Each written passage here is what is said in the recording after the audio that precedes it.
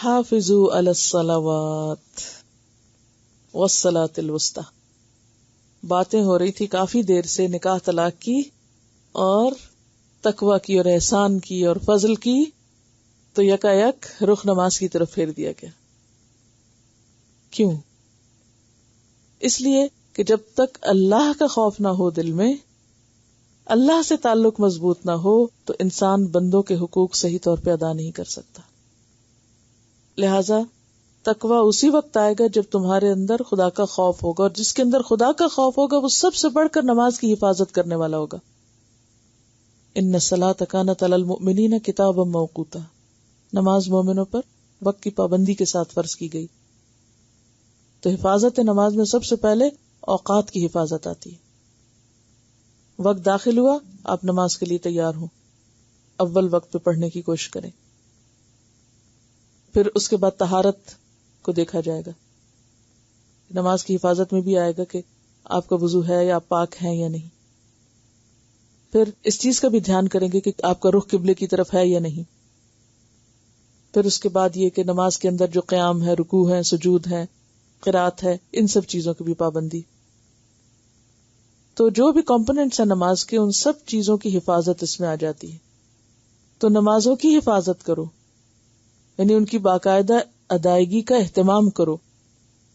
والصلاۃ الوسطی، خاص طور پر صلاۃ الوسطی کی. صلاۃ وسطی کیا ہے؟ عصر کی نماز. حدیث سے واضح طور پر ثابت ہے. جب جنگ خندق کے موقع پر بہت شدید محاصرہ تھا اور مشکل تھی، اور دشمن کا ڈر اور خوف تھا، اور ان کے یعنی ایک طرح سے مقابلہ تھا، تو اس وقت نبی صلی اللہ علیہ وسلم اور صحابہ کرام جو تھے وہ عصر کی نماز نہیں پڑھ سکے تھے. تو اس موقع پر آپ نے فرمایا تھا کہ اللہ تعالیٰ ان کی قبروں کو اور گھروں کو آگ سے بھر دے کہ انہوں نے مجھے صلاۃ وسطی نہ پڑھنے دی حتیٰ کہ سورج غروب ہو گیا. تو یہ آپ نے صلاۃ وسطی خود عصر کی نماز کو بتایا، اس لیے کچھ اور اس کا مطلب کرنے کی ضرورت نہیں. اسی طرح حضرت ابن عباس اور عبداللہ بن مسعود سے روایت ہے کہ آپ صلی اللہ علیہ وسلم نے فرمایا صلاۃ وسطی نماز عصر ہے.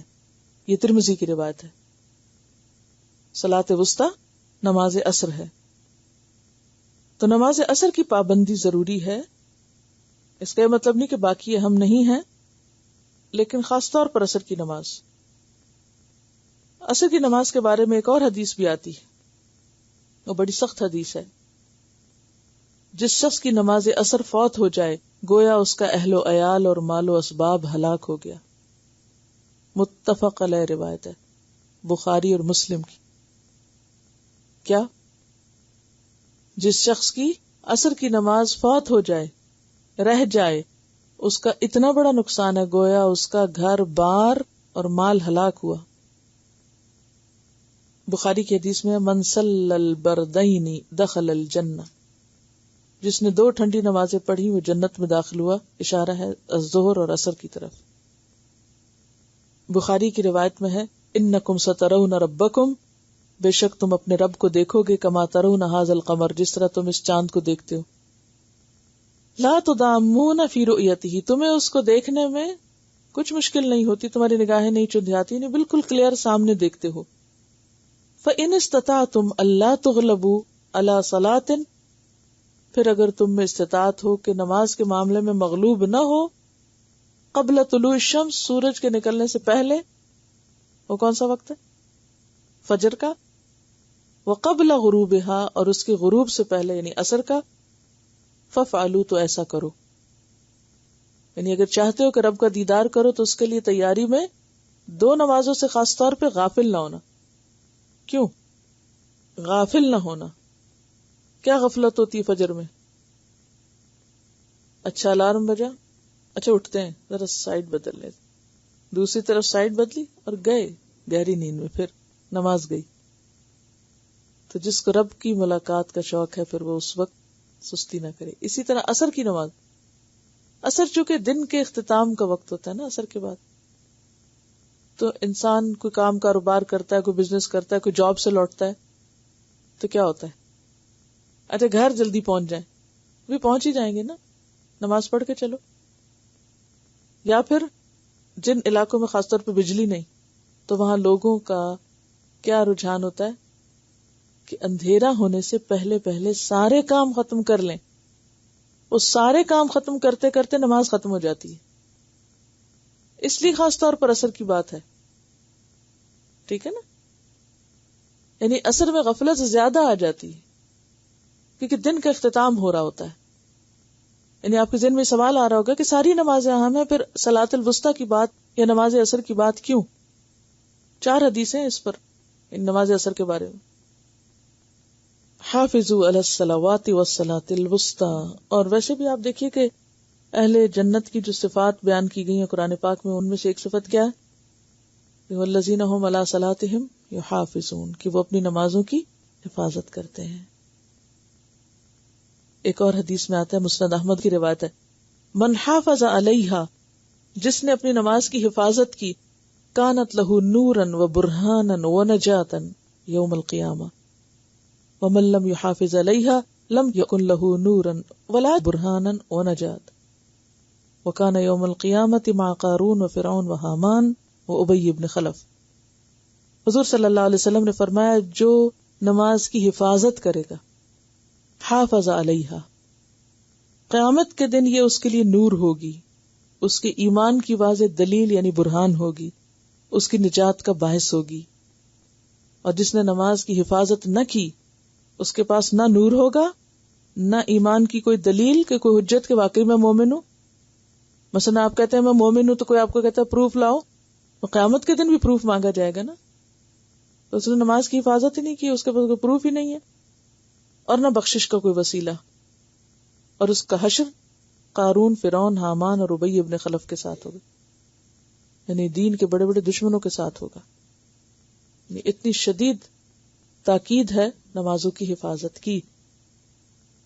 یعنی محض پڑھنا ہی نہیں، وقت کے اندر پڑھنا اور پوری اس کے جو فرائض ہیں ان کو بھی ادا کرنا ضروری ہے، اور یہی مسلمان ہونے کی پہچان ہے. اور اس میں خاص طور پہ فرمایا وقوموا للہ قانتین، اللہ کے سامنے فرما بردار بندے بن کے کھڑے ہو جاؤ. قوموا، تو اس سے کیا پتہ چلتا ہے کہ نماز میں قیام اہم ترین حصہ ہے. نماز قائم ہی قیام سے ہوتی ہے. لکھ لیجیے اس جملے کو، نماز قائم ہی قیام سے ہوتی ہے. اور خصوصاً فرض نماز ادا ہی نہیں ہوتی جب تک آپ کھڑے نہ ہو. یعنی آپ کی نماز نہیں ہوتی فرض اگر آپ کھڑے نہیں ہوتے. ہاں، اگر کوئی شخص بیمار ہے، گھٹنوں میں تکلیف ہے یا کمزوری ہے، کھڑا نہیں ہو سکتا، پھر اور بات ہے. ورنہ چھوٹے موٹے عذر بہانے سے کہ آج دل نہیں چاہ رہا کھڑے ہونے کو تو بیٹھ کے ہی پڑھ لیں، پڑھیں تو صحیح، نہیں یہ کافی نہیں. اور پھر صرف کھڑے ہونا نہیں، قوموا للہ قانتین کی شرط ہے. یہ کتاب ہے نماز نبوی.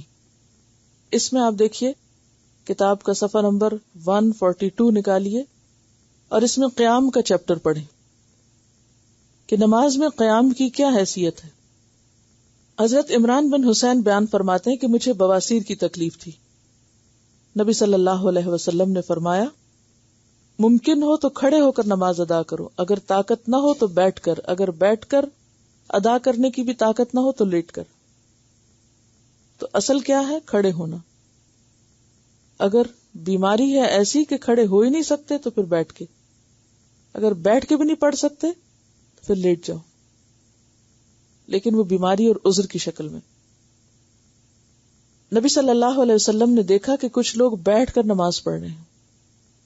آپ نے فرمایا بیٹھ کر نماز ادا کرنے والے کو کھڑے ہو کر نماز ادا کرنے والوں کی نسبت آدھا ثواب ملے گا، جیسے نوافل وغیرہ. جب نبی صلی اللہ علیہ وسلم کی عمر زیادہ ہو گئی تو آپ نے جائے نماز کے قریب ایک ستون تیار کروایا جس پر آپ ٹیک لگاتے تھے، لیکن کھڑے ہو کر ہی نماز پڑھتے تھے کیونکہ قیام اللیل طویل ہوتا تھا نا، لیکن کھڑے ہوتے تھے. نبی صلی اللہ علیہ وسلم رات کا بڑا حصہ کھڑے ہو کر نوافل ادا کرتے اور کبھی بیٹھ کر.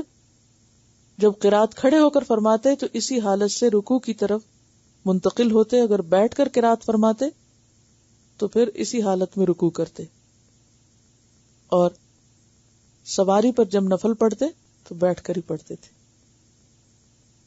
آپ کبھی بیٹھ کر قرات فرماتے جب 30-40 آیات باقی ہوتی تو کھڑے بھی ہو جاتے؟ یعنی ایک ہی رکعت میں نوافل میں جیسے کہ تراویح وغیرہ ہے تو آدھی قرات کھڑے ہو کر اور آدھی بیٹھ کر بھی ہو سکتی ہے، اور پھر رکوع میں چلے جاتے. دوسری رکعت میں بھی آپ کا یہی معمول ہوتا تھا. ٹھیک ہے، تو خلاصہ یہ ہے کہ ویسے کھڑے ہونا لازم ہے. اگر آپ خود نہیں کھڑے ہو سکتے تو ٹیک لگا کے کسی چیز کے سہارے سے کھڑے ہو، اور اگر گرنے کا ڈر ہو یا گھٹنوں کی تکلیف ہے، اٹھنے بیٹھنے کا مسئلہ ہے، پھر بیٹھ کر بھی آپ ادا کر سکتے ہیں. بیٹھ کے جب آپ ادا کریں گے تو رکوع بھی بیٹھ کے ہی کریں گے، سجدہ بھی بیٹھ کے کریں گے. اور اگر اتنی ہمت بھی نہیں کہ آپ رکوع سجدہ کریں تو پھر وہ اشاروں سے ہوگے. اور اگر کرسی پہ آپ نماز پڑھ رہے ہیں تو میز پہ سجدے کی ضرورت نہیں، پھر اشارہ ہی کافی ہے. اور یہاں پر صرف کھڑے ہونے کی بات نہیں ہے، قوموا للہ قانتین، قانتین بن کے کھڑے ہو. اس کا کیا مطلب ہے؟ خشوع کے ساتھ، کیونکہ نماز کی اصل حقیقت کیا ہے؟ عاجزی، خشوع. نماز کیا پیدا کرتی انسان کے اندر؟ عاجزی پیدا کرتی. اب آپ دیکھیں کہ انسان کھڑا ہے ہاتھ باندھ کے سب سے بڑے کے سامنے، سب سے بڑے کے سامنے. کون ہے سب سے بڑا؟ کیسے کھڑا ہوگا؟ اگر آپ اپنے سے بڑے کے سامنے کھڑے ہیں، ویسے تو اب یہ تمیز نہیں رہی، نہ ہی کوئی ادب وغیرہ رہا ہے، تو اس لیے ہمیں پتہ ہی نہیں کہ بڑوں کے ساتھ کیا کرتے ہیں اور چھوٹوں کے ساتھ کیا کرتے ہیں. یہ تو ختم ہو گیا نا، ضرورت ہی نہیں ہے، سب برابر ہیں، مساوات ہے اسلام میں. ایسا ہی ہے نا. ان ادب اور اخلاق کی باتوں کو پاکستانی کلچر اور دقیانوسی باتیں سمجھا جاتا ہے، حالانکہ یہ اسلامی طریقہ ہے کہ آپ بڑے سے بات کریں. کیا کہا گیا؟ والدین سے کیسا سلوک کرو؟ کندھے جھکا کے وَخْفِضْ لَهُمَا جَنَاحَ الذُّلِّ مِنَ الرَّحْمَةِ. یہ قرآن کا حکم ہے یا دقیانوسی یا پاکستانی کلچر ہے؟ ہاں، یہ تو قرآن کا حکم ہے کہ ماں باپ کے سامنے کیسے معاملہ کرو؟ جھک کے معاملہ کرو، ادب سے بیٹھو ان کے سامنے، ادب سے معاملہ کرو، ادب سے کھڑے ہو. یہ نہیں کہ ماں باپ نیچے بیٹھو اور تم کرسی پہ بیٹھ جاؤ، الا یہ کہ کوئی مجبوری ہو، کوئی بیماری ہو. تو یہ ادب مفقود ہو گیا ہے، اسی لیے بے ادب بے نصیب ہوتے ہیں. یہ مرتبے اور رتبے جو ہے نا، یہ اللہ نے بنائے ہیں. تو ماں باپ کا رتبہ سب سے بڑا احسان جو ہے نا والدین کے ساتھ ہونا چاہیے. جو ماں باپ کا ادب نہیں کر سکتا نا، وہاں حد توڑ دیتا ہے، پھر وہ زندگی میں کسی کا بھی نہیں کر سکتا. تو قرآن کا حکم کیا ہے؟ وَخْفِضْ لَهُمَا جَنَاحَ الذُّلِّ مِنَ الرَّحْمَةِ. کندھے جھکا کے رکھو. ادب، کندھے جھکانے کا مطلب کیا؟ یہ نہیں کہ رکوع میں جاؤ. کیا مطلب ہے؟ یعنی ادب سے، احترام سے. اب آپ دیکھیں کہ قرآن پاک میں ماں باپ ہی کا ذکر ہے جس میں زیادہ ادب اور احترام کی، اور پھر حدیث میں ہمیں پتہ چلتا ہے کہ جو بڑوں کی عزت نہ کرے، چھوٹوں سے رحم کے ساتھ معاملہ نہ کرے، وہ ہم میں سے نہیں. تو وہ پھر حدیث سے پتہ چلتا ہے. پھر یہ فرمایا البرکۃ مع اکابرکم، برکت تمہارے بڑوں کے ساتھ ہے. اور بھی احادیث ہیں جس میں بڑوں کے ادب احترام کی باتیں آتی ہیں. خیر، وہ تو ایک الگ بات. اب آپ دیکھیں کہ اگر ہم ماں باپ یا بزرگوں یا بڑوں کے سامنے ادب سے بات کرتے ہیں، ادب سے بیٹھتے ہیں، ادب کا معاملہ کرتے ہیں، تو جو سب سے بڑا ہے اس کے سامنے کیسے کھڑا ہونا چاہیے. قوموا للہ قانتین کوئی ایسی نہیں آیت، اتنا گہرا تعلق ہے ان 3 لفظوں کا ساری گفتگو سے جو آگے پیچھے ہوئی. نماز آپ کو کیا سکھا رہی؟ آپ سب سے بڑے کے سامنے کھڑے ہیں، آپ جھک رہے ہیں نا. قانتین میں کیا آتا ہے؟ جھکنا بھی آتا ہے، خاموشی بھی آتی ہے، اطاعت بھی آتی ہے، فرما برداری بھی آتی ہے، عجز و عاجزی بھی آتی ہے، ادب آتا ہے. اب وہ آپ اللہ کے سامنے ادب کے ساتھ کھڑے، سلام پھیرا، آپ باہر نکلے، ماں باپ سے معاملہ پیش آئے، کیا حکم ہے؟ ادب کے ساتھ معاملہ، عاجزی کے ساتھ معاملہ کرو. ایسا شخص جو دن میں 5 دفعہ اللہ کے سامنے جھک کے کھڑا ہوتا ہے، ادب سے کھڑا ہوتا ہے، پھر رکوع میں جھکتا ہے، پھر سجدے میں ناک زمین پہ رکھتا ہے، اس میں تکبر کہاں سے رہے گا اگر وہ شعوری نماز پڑھ رہا ہے. اور پھر انسانوں کے ساتھ معاملہ کرتا ہے. بچپن سے اس کی تربیت یہی ہے کہ بڑوں سے ادب کے ساتھ معاملہ کرو. ادب ادب. تو ایسا شخص پھر کسی اجنبی کے ساتھ بھی معاملہ کرے گا تو کیسا کرے گا؟ ادب. بیوی کے ساتھ بھی معاملہ کرے گا تو کیسا کرے گا؟ یعنی شوہر بیوی کے درمیان بھی ایک احترام کا معاملہ ضرور ہونا چاہیے. دیکھیں نا، بچوں کو کیا حکم ہے وہ ماں کے ساتھ کیا کریں؟ بچوں کو کیا حکم ہے ماں کے ساتھ کیسا معاملہ کریں؟ ادب کا. آپ کو یاد ہوگا کہ آپ صلی اللہ علیہ وسلم جارانہ کے مقام پر گوشت تقسیم کر رہے تھے. اتنے میں آپ کی رضائی ماں آئی جنہوں نے صرف دودھ پلایا تھا، جنم نہیں دیا تھا. آپ نے گوشت تقسیم کرنا چھوڑ دیا، کھڑے ہو گئے اور اپنی چادر اتاری، یعنی اپنے سر کی یا جو اتاری اور بچھا دی زمین پر. پیغمبر ہیں، ایک عورت کے لیے چادر بچھا رہے ہیں، اور وہ بھی صرف رضائی ماں ہے. لوگوں نے دیکھا تو حیران ہوئے کہ ایک عورت کی اتنی تعظیم. اب بوڑھی عورت تھی، معمولی سی، پیغمبر اپنا کام چھوڑ کر چادر بچھا رہے ہیں اس کے لیے خود، کہ یہ بوڑھی عورت ہے. لوگ کہتے ہیں اتنا ادب کیوں ہو رہا ہے؟ پتہ چلتا ہے کہ آپ کی رضائی ماں ہے. تو ماں کا بھی ادب ہے، یعنی باپ کا بھی احترام ہے، ماں کا بھی. یعنی جب یہ کہا کہ نا ماں باپ کے آگے کندھے جھکاؤ تو اس کا مطلب دونوں ہے. لہما ہے، وخفض لہما. اب آپ دیکھیے کہ بچوں کو ادب کون سکھائے گا؟ باپ سکھائے گا نا. اگر باپ ماں کو گالیاں دے رہا ہے، باپ ماں کی پٹائی بچوں کے سامنے کر رہا ہے، باپ ماں پہ چیخ رہا ہے، زور زور سے بول رہا ہے، بچے کیا ادب سیکھیں گے؟ ادب کوئی ادب نہیں سیکھیں گے. جو شوہر بیوی آپس میں احترام نہیں کرتے نا ایک دوسرے، ان کے بچوں کو کوئی دنیا کی طاقت ادب نہیں سکھا سکتی. تو وہ پورا کلچر تبدیل ہو جاتا ہے. اور یہ ہمارے ہاتھوں کے بوئے ہوئے کانٹے ہیں.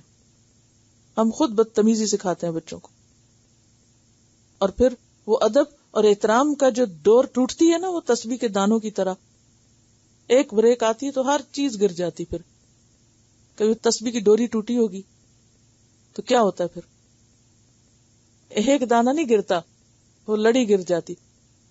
جب ایک بندہ اپنے رب کے سامنے نہیں نہ کھڑا ہوتا، وہ سجدہ نہیں کرتا، نہ نماز نہیں پڑھتا، وہ ماں باپ کا احترام نہیں کرتا، نتیجہ کیا ہوتا ہے؟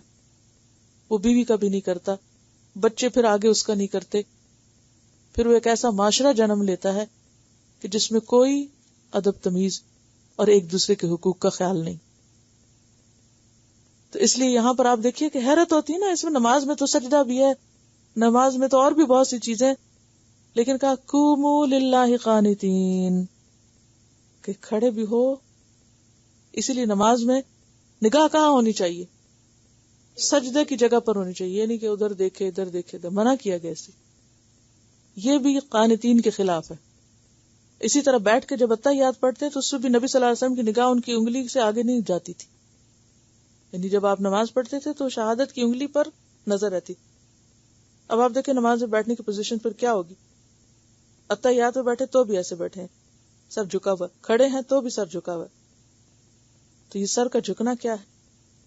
سر تسلیم خم، اللہ میں تیرے سارے حکم مانوں گا. قوموا للہ قانتین. دو باتیں اس آیت سے پتہ چلتی ہیں. نمبر 1، نماز قابل اہتمام چیز ہے جس کی حفاظت لازم ہے، جیسے تم اپنے مال کی حفاظت کرتے ہو، جیسے اپنی کسی بھی پیاری چیز کی حفاظت کرتے ہو. نمبر 2، نماز میں اصل چیز قنوت ہے، عاجزی ہے، اخلاص ہے، سکوت ہے. اور جہاں تک سکوت کا تعلق ہے، یعنی قانتین کا ایک معنی سکوت بھی لیا گیا ہے. سکوت سے کیا مراد ہے؟ بولنا بھی نہیں، کھانا پینا بھی نہیں، اور کیا نہیں کرنا؟ ادھر ادھر کوئی اور کام نہیں کرنا. یہ نماز پڑھ رہے ہو یا اور دنیا کے کام کر رہے؟ کئی لوگ نماز میں بھی دوپٹہ ٹھیک کرے چلے جاتے ہیں، جائے نماز ٹھیک کرنے بیٹھ جائیں گے، کبھی بال سنوارنے بیٹھ جائیں گے. ان سب کچھ نماز میں بھی ہلچل ہوتی رہتی ہے. یہ بھی منع ہے. قوموا للہ قانتین کے خلاف ہے. یہ ایسے کپڑے پہن کے مت نماز پڑھو جن کو سنوارے ہی چلے جاؤ نماز میں. ٹھیک ہے. اس میں ہم دیکھتے ہیں حضرت جابر کہتے ہیں کہ رسول اللہ صلی اللہ علیہ وسلم ہمارے پاس تشریف لائے اور فرمایا، میں تم کو اس طرح ہاتھ اٹھاتے دیکھ رہا ہوں جیسے شریر گھوڑوں کی دمیں ہلتی ہیں. تم لوگ نماز میں کوئی حرکت نہ کیا کرو، پھر آپ نے ایک دفعہ حلقہ باندھے دیکھ کر فرمایا تم لوگ الگ کیوں ہو؟ پھر ایک مرتبہ آپ نے فرمایا صفیں اس طرح باندھا کرو جس طرح فرشتے بارگاہ الہی میں صف بستہ رہتے ہیں.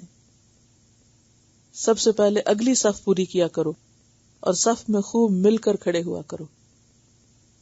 یعنی نماز کا پھر طریقہ سکھایا. یہ لوگ الگ الگ کھڑے ہو جاتے تھے، صفیں ٹیڑھی ہوتی تھی، یا پھر نماز میں سلام دعا ہو رہا ہوتا تھا. گھوڑا اس طرح دو ملاتا نا، دائیں بائیں. کبھی گھوڑے کو دو ملاتے دیکھا؟ تو اس میں وہ کیا کرتے تھے، نماز میں سلام دعا شروع ہو جاتی تھی، ادھر سے ہاتھ ملا لیا ادھر ملا لیا. کئی لوگ جیسے کلاس میں بھی لیکچر ہو رہا ہے، تلاوت لگی ہوئی، گلے مل رہے ہیں. سمجھ نہیں آتی کیا اہم ہے اس وقت. تو ہر موقع کا ایک کام ہوتا ہے. یعنی جب قرآن کی بات ہو جائے تو فوراً کیا کرنا چاہیے، سب چھوڑ کے فسعوا الی ذکر اللہ. اس وقت میل ملاقات کا وقت نہیں، وہ بعد میں بھی ہو جائے گا، لیکن ہمارے دل میں جس چیز کی اہمیت ہوتی ہے ہم اسی کی طرف لپکتے ہیں نا. پھر اسی طرح یعنی قانتین میں پھر کیا آتا ہے، زبان کی خاموشی بھی اور جسم کی حرکت کی بھی خاموشی. یہ نہیں کہ کبھی ایک ٹانگ پہ گر گئے، کبھی دوسرے پہ، کبھی آگے ہو رہے ہیں، کبھی پیچھے ہو رہے ہیں، کبھی خارش شروع ہو گئی، کبھی کپڑا ٹھیک کر رہے ہیں. یہ کیا نماز ہے؟ کبھی آپ اپنی نماز کی ویڈیو بنوا کے دیکھیں نا بعد میں خود. اس ویکینڈ پہ میں پاکستان میں کسی سے بات کر رہی تھی تو انہوں نے کہا کہ ویب کیم پہ کچھ دکھاتے ہیں آپ. ویب کیم لگایا تو وہ جس جگہ بیٹھی ہوئی تو انہوں نے گھمایا ذرا تو ایک بچی نماز پڑھ رہی تھی وہاں. اس کو نہیں پتا تھا کہ نماز میں اس کو فوکس کیا کسی نے، لیکن اسے دیکھ کے میرے دل پہ اتنی تکلیف گزری. مجھے اپنا اب یاد ہے، میں نے کہا کہ میں جب نماز پڑھتی ہوں تو اللہ تعالیٰ کی نگاہ میں ہوتی ہوں نا، اور اس وقت اگر میں بار بار دوپٹہ ہی ٹھیک کر رہی ہوں یا کھڑی ہوں یا رکوع کر رہی ہوں اور دھیان ادھر ادھر ہے تو اللہ تعالیٰ کو یعنی کیا لگتا ہوگا نا اس وقت کہ یہ کس طرح کھڑا ہے. لیکن ہم اکثر اپنی نماز پر خود توجہ ہی نہیں کرتے کہ ہم کیسے کھڑے ہیں. بس کھڑے ہو گئے، ادھر لڑک گئے، کبھی ادھر ہو گئے، کبھی آگے ہو گئے، کبھی پیچھے ہو گئے، کبھی کندھے اچکا لیے، کبھی کچھ کر لیا، کبھی توجہ نہیں پوری ہوتی. تو قوموا للہ قانتین میں جھکاؤ، یکسوئی، توجہ، خشوع، یہ سب چیزیں آتی. اور جب تک ایسی نماز نہیں ہوتی نا تو اس نماز کا اثر عام زندگی پر بھی نہیں پڑتا. پھر کیوں آخر نمازیں زندگی پہ اثر نہیں ڈال رہی؟ کیونکہ نماز ہی ٹھیک نہیں. تو ہمیں اگر ہم چاہتے ہیں نا باقی زندگی ٹھیک ہو تو آغاز نماز سے کرنا پڑے گا، اس کو ٹھیک کرنا ضروری ہے.